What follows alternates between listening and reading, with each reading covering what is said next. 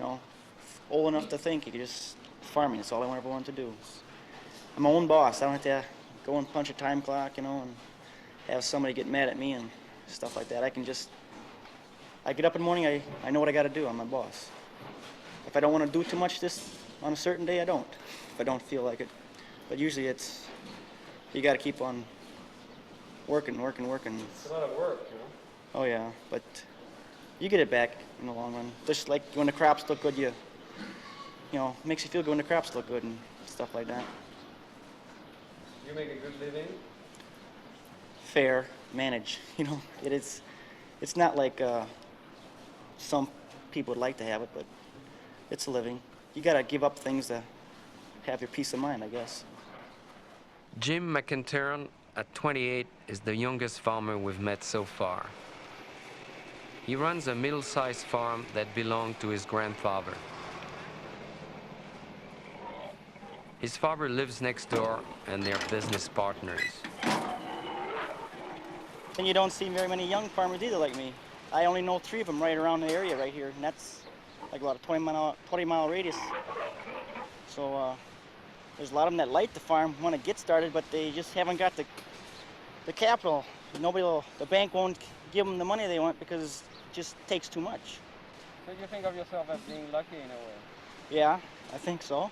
Very lucky. So this is your house? Could you show me around? This is the kitchen right here.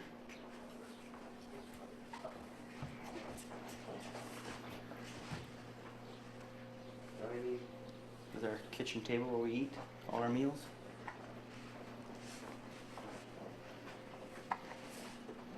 Hello. Hi. This is a dining room, which really doesn't get used for much besides when you have a lot of company, then the company will come and sit in here. Friends and neighbors or whatever.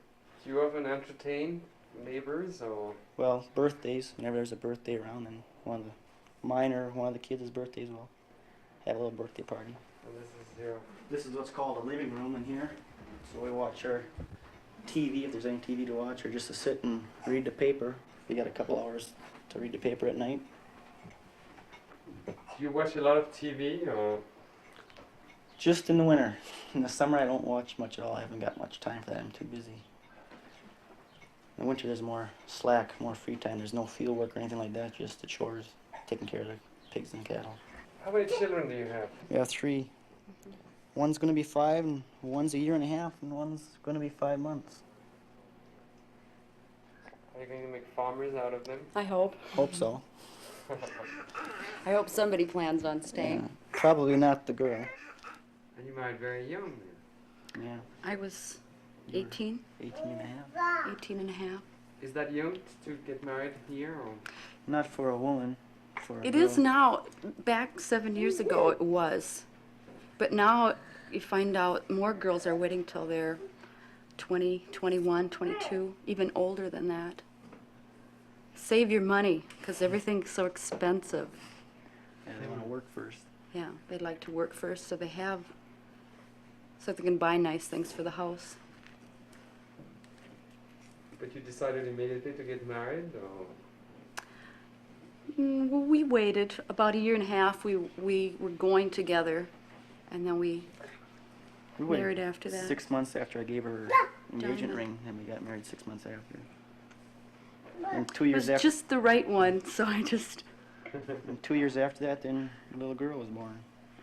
One day after our wedding anniversary. Jim and Bev's hospitality is so gracious, I feel I've known them all my life. We're back the next morning. Jim is riding his tractor.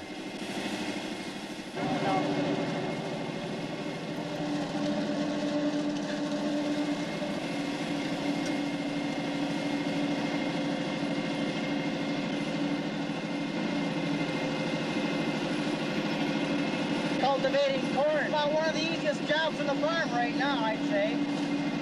Gives you time to think. Gotta do a lot of that nowadays.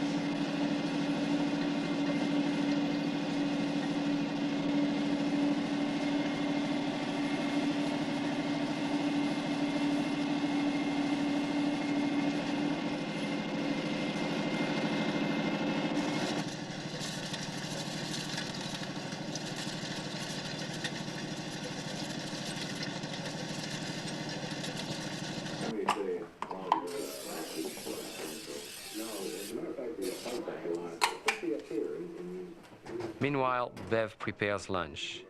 It means opening tin cans. The McIntyre don't even drink their own milk.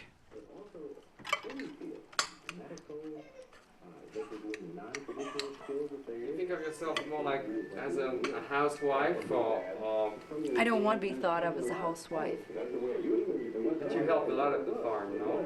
Yeah, I'd rather be thought of that way, as like a homemaker and partner with Jim.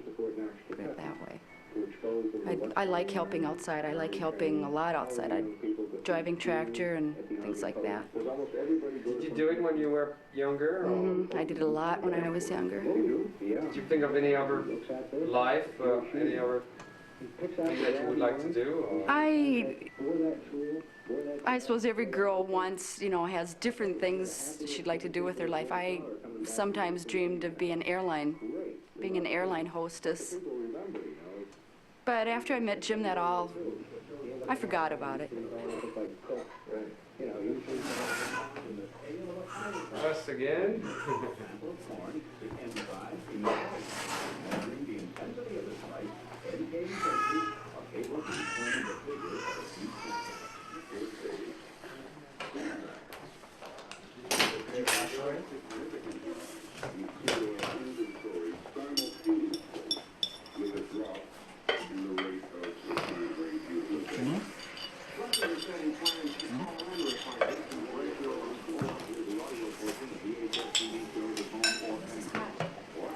John Gray. Colonel Jesus, be our guest at these gifts, so as to be blessed in. It's hot.